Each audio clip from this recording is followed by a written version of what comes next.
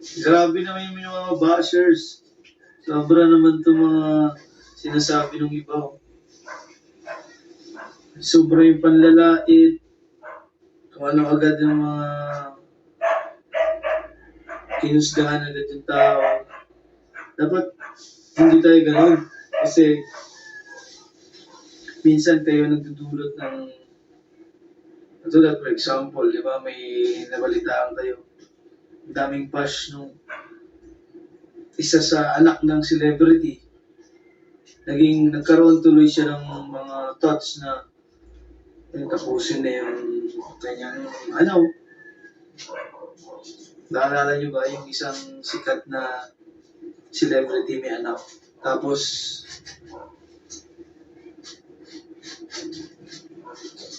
mahirap sabihin kaya na papatigil ako magsalita. Kasi sobrang sakit din kung i-open ko dito sa platform natin. Maalala ulit yung mga nangyari sa kanya. Nagpakamatay yung anak niya. So, sa mga simple bash lang. Kaya,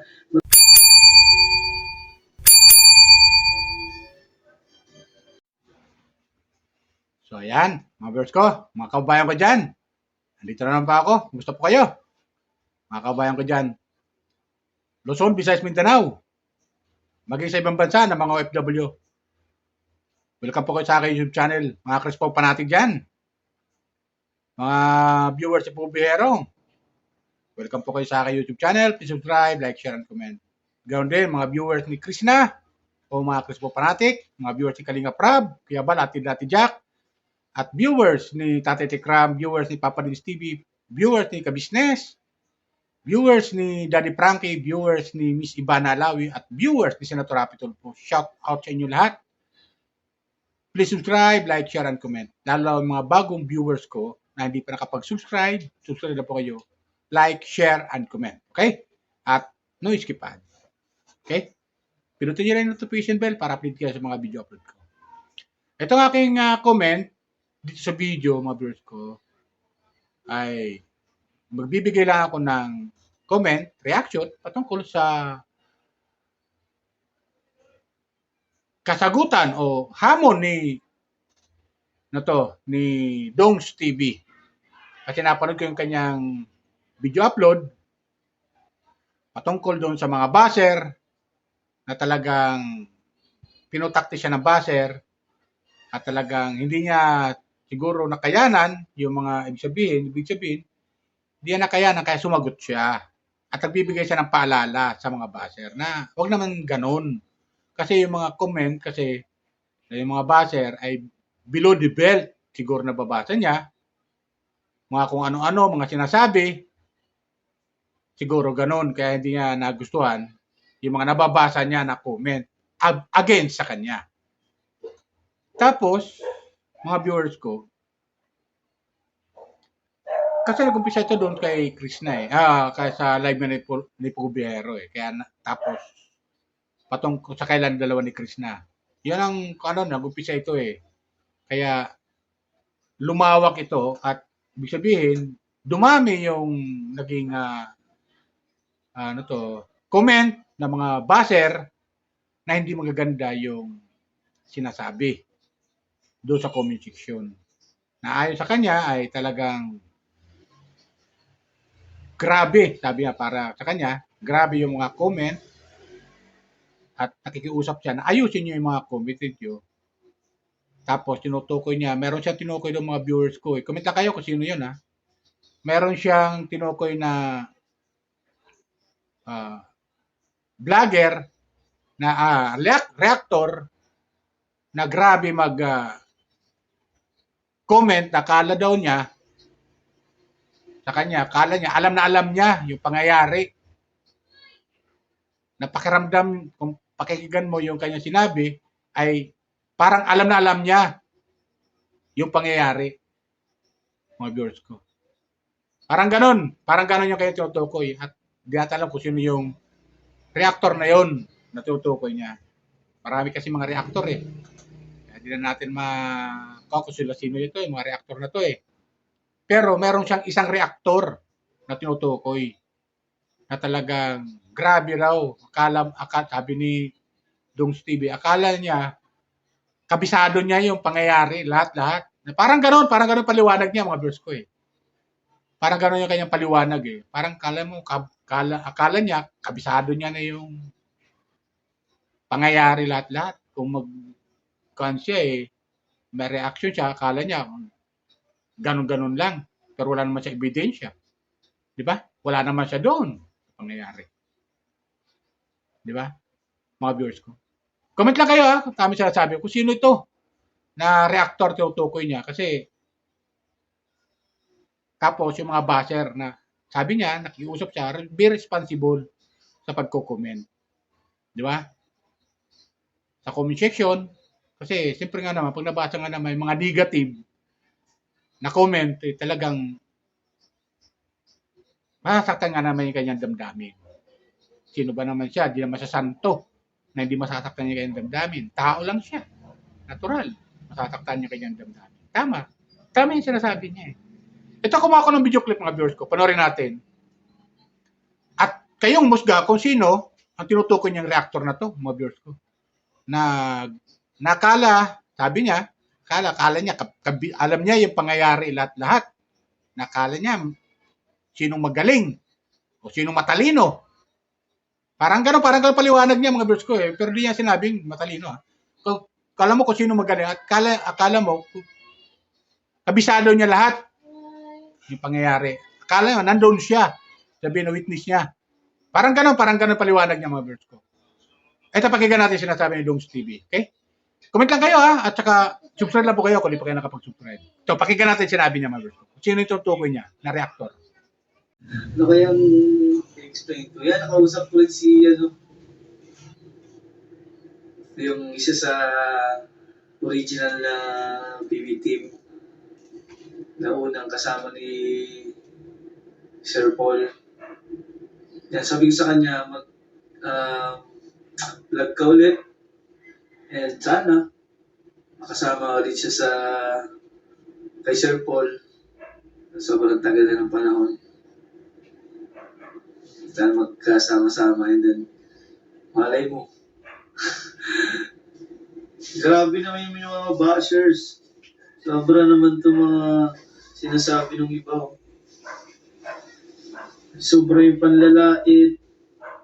Kung ano agad yung mga kinusgahan agad yung tao. Dapat hindi tayo ganun. Kasi minsan kayo nagdudulot ng for example, di ba, may nabalitaan kayo. Ang daming bash nung isa sa anak ng celebrity. Nagkaroon tuloy siya ng mga thoughts na tapusin na yung kanyang naalala niyo ba yung isang sikat na celebrity may anak. Tapos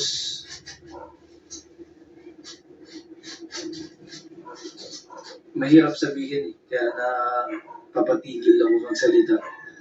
Kasi sobrang sakit din kung i-open ko dito sa platform natin. Maalala ulit yung mga nangyari sa kanya.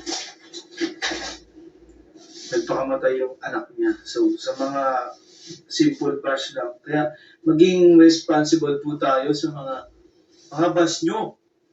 Kasi hindi lahat katulad kong strong. Kahit anong papalagan ko kayo. Kahit saan tayo magkita. Gusto nyo, meetups tayo eh. Sabihin nyo lahat sa mukha ko yung mga binabash nyo. Deal ako dyan. Sanay tayo yan. Sasagutin ko lahat face to face. Mga gusto nyo malaman. At huwag kayo masyado kasi mambato ng mga ganong kabigat. Kasi hindi nyo naman alam. Wala rin naman kayong ebidensya.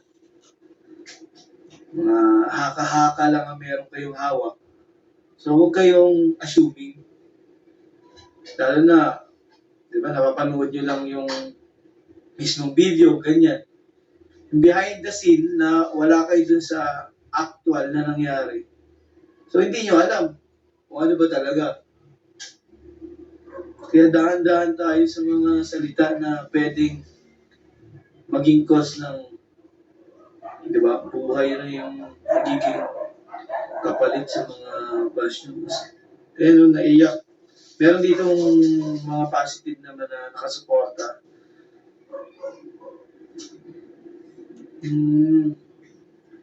Masyadong sakit kasi yung... Meron isang reactor yung feeling close na close sa... Alam na alam niya lahat na may CCTV siya doon. Huwag kang magsalita ng ganyan. Parang nurse din yata yun. Pwede ko naman hangunin siya ng debate kung nurse siya. Di iwan naman tayo. Mga hanggang title ka lang. Dudurugin kita ang gusto mo ng debate. Yung mga reactor dyan na feeling magaling. Basta kung may evidences kayo, harap niyo sa mukha para maganda-ganda laban. Nakita ng iba. So sa mga bashers dyan na malulupit, be responsible for your comments kasi pwedeng mangyari ang mga hindi natin inaasahan. Maging sandata yung mga comment nyo sa isang buhay na napakahalaga. Kaya yung mga comments nyo, bago kayo mag-put dyan sa social media, tingnan nyo muna, at totoo ba to? May ebidensya ba ako? Hindi puro daldal, gano'n. Kung puro kayo ganyan, di magamunan tayo harapan. Di ba di tayo, kung may evidence ka, show it to me. Hindi yung puro daldal dyan. Sabagay, gusto nyo kumita sa social media, puro daldal lang talaga yung negative, ganyan. Para kayo maging bunga or kayo na magiging topic kasi kayo may papunganga doon, mga negative lahat. Maraming assume, maraming mga hula, haka-haka. Kayo na mismo ang gustong sumikat sa social media na to. Dahil kayo, may sinabi si ganyan. Hindi ko babanggit yung pangalan mo kasi sikat ka lang. Sinabi ni ganyan, sobrang lupit naman ang sinabi niya. Sobrang sakit naman. Sa isa, na pwedeng na maging o pwedeng maging cause. Di ba? Ng isang napakahalagang buhay. Alam niyo na yun. Pwedeng maaaring matrauma yung isang tao. Pwedeng pakamatay dahil sa mga daldal mo na wala namang kakwenta-kwenta, wala namang ka-ebidensya. Di ba? Kaya mag-isip muna kayo. Kung wala kayong isip, at gusto nyo lang ng pera dito sa social media, hindi magkita-kita tayo. Parang mapagsasapa ko kayo. Pagsapahin ko kayo ng personal. Ganun lang yun. Kaya dapat sabihin mo yung tama lang. Kasi napaka ano na yung ginagamit ng mga words eh. Sobrang lalim. Sobrang bigat. Hindi nyo alam, nagkukos na kayo ng trauma. Doon sa mga tao pinagsasabihan nyo, kahit ako naman, kung sabihan nyo ang ganyan, hindi nyo ako matitipag. Plus 10 pa kayo. So ayan, di ba mga viewers ko? Napakinggan natin sinasabi ng TV. Di ba? Nakikiusap siya. Kasi marami nang baba sa kanya. Talagang pinutakti siya ng basher. Hindi lang siya ang binas dito. Maging si Krishna. Kaya nga nakikiusap si Pugobiero na wag nang iba si Krishna. Kasi wala naman siyang alam dito. Di ba? Dahil siguro doon sa live ni napanood kay Pugobiero, kumuha sila ng idea. Tapos, iba na yung sasabihin doon sa comment section. So, pangit nga naman, di ba? Ibig sa magbigay daw ng advice, baliktad. Lalo pa siyang dinadown doon sa comment section. Kung ano ng mga sinasabi. Nababasa niya sa comment section. Di ba? Tama naman siya. Dapat huwag tayong ganun. Tayo maging tawag dito, huwag tayo maging matawag nating salaula sa pagbibigay ng comment. Diba? Siyempre tao din yan, masasaktan din yan. Sa nakikita ko naman, sa mga upload video niya, wala naman ako nakikitang masama doon. Oo, nag-uusap sila. Kung mapapanood niyo yung mga previous upload ko, nag-uusap sila. Pero wala doon. Masaya sila, nakikita natin. Di ba?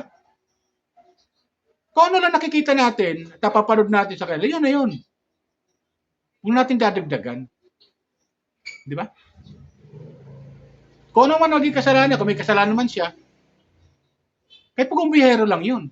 Hindi na, wala na sa kasalanan sa atin na mga viewers. Di ba gano'n yung mga viewers ko? So, gano'n lang. Kaya sabi niya, be responsible sa pagbibigay ng comment. Tapos yung tinutukoy niyang reactor, kung sino yun, mga viewers ko. Grabe naman. Yung, talagang, kahit sabi niya, kahit saan tayo magharap eh. Sabi niya, so, debate tayo. Haharapin ko kayo. Ipakita mo sa akin ebidensya. Di ba? Tama naman siya eh. Tama nga naman siya. Kung may ebidensya siya, hindi pakita niya. Di ba gano'n yun? Tapos haharapin niya ni Dong Stevie. Sasagutin niya. Pero kung wala naman, nakahaka lang, walang kwenta. Di ba gano'n yung mga birds ko? Walang kwenta. Kaya sabi nakikiusap naman siya. In fairness naman. Yan ang gusto ko dito kay Dong eh. Na kung maging tayo sa comment section, maging responsible. Kasi maaaring mag-cause ng trauma. Tama yung sabi niya, cause ng trauma. At pinasabi pa niya, merong isang celebrity na yung anak ay sa hindi nakayanan yung mga comment o yung pambabas sa kanya, bumigay. Ibig sabihin, yun, kinitil yung kanyang buhay. So, ganun. Meron siya inilimbawa na ganun. Huwag sana tayong ganun. Kung nababas kayo, huwag tayong ganyan ng mga baser. Tayong ganun. Kung ano lang nakapapanood natin, yun lang, ipakita natin sa kanila. Pero kung wala naman tayo nakikita na hindi makanais-nais, huwag natin ikwento pa. Huwag na natin i-comment, ilagay sa comment section. Kasi mas pangit kung ano mga sinasabi. Huwag na tayo comment ng hindi magaganda sa comment section kasi nababasa niya eh. Yung mga comment na hindi magaganda. So, nasasaktan siya doon sa comments. Di ba? So, ganun. Ganun ang kanya pakiusap. Na kung maaari, huwag naman, maging responsible naman tayo sa pagdating sa comment. Kasi, yan ang tinutukoy niya yung mga baser. Maliban doon, wala na kasi marami naman nagko-comment doon. Magaganda naman yung comment eh. Kung mababasa natin yung ilang mga sa comment section, magaganda at naniniwala sa kanya. So, ganun lang tayo. Dapat, nasa gitna lang tayo, wala tayong papanigan. Di ba ganun yun, mga verse ko? Kung wala naman tayo doon sa pangyayari, mag-comment lang tayo yung nararapat. Yun tama lang. Huwag masyado yung mga hard, yung mga below the belt. Sabi nga niya, merong nagko-comment kasi mga below the belt na. So, hindi niya nagugustuhan yun. Diba? Kaya inahamon niya yung isang reactor doon na magdebate sila. Magharapan sila. Ipakita yung ebidensya. Diba? Sino kaya yun? Na reactor na yun. Mga viewers ko. Diba? Siguro. Sa dami kasi ng mga reactor, sino kaya doon? Tinutukoy niya. Comment lang kayo mga viewers ko. Baka may alam kayo. Comment lang kayo. Basahin ko yung comment niyo. Nag-reply naman ako sa comment niyo. Comment lang kayo. So, yun na sa akin, mga viewers ko. Sana, wag naman tayo magganyan. Wag tayo mag-comment ng mga below the belt. Mag-comment tayo magaganda. Magbigay tayo ng advice. Di ba? Ito lang mga advice ko naman kay Dong. Huwag kang padala, Dong, TV sa mga baser na yan. Huwag kang padala. Tama yung sabi mo, maging strong ka lang. Tama yun. Huwag kang padala kasi masisira diskarte mo eh. Pag nagpadala ka sa mga baser, sira ang diskarte mo. Yan naman gusto naman talaga ng mga baser. Sirain yung diskarte mo sa pagbablog. Yan ang talagang totoo nun. Ngayon, pag nagpadala ka doon, sira diskarte mo nga naman. Wala ka na sa focus. Hindi ka na makakapag-focus sa pagbablog. Lalo-lalo kung ikay, nagcha-charity. Diba? Tumutulong. Masisira diskarte mo eh. Mawawalan ka ng gana sa mga salita. Pag nagpadala ka sa mga baser. So, yan lang sa akin. Okay, mga viewers ko. mga kababayan ko dyan, Luzon, Visayas, Mindanao, mga viewers ng Chris Pao Fanatic, mga viewers si Krishna, viewers ni Pubihar at ang kanyang team. Suportahan natin sila. Yan, si Dr. V. Shout out. Suportahan natin. Huwag tayo mag-skip ng ad. Okay? Kunin natin mga gandang aral at maging responsible tayo sa magbibigay ng comment sa comment section na hindi kasasama ng damdamin ng kapwa natin. Okay, di ba ganun yan mga viewers ko? Ganoon lang tayo, magmahal lang tayo. Huwag tayo magsamaan ng loob. Okay? Yan lang po. Bye! Ingat po lagi. Pagpalay po tayo ng pumay kapal.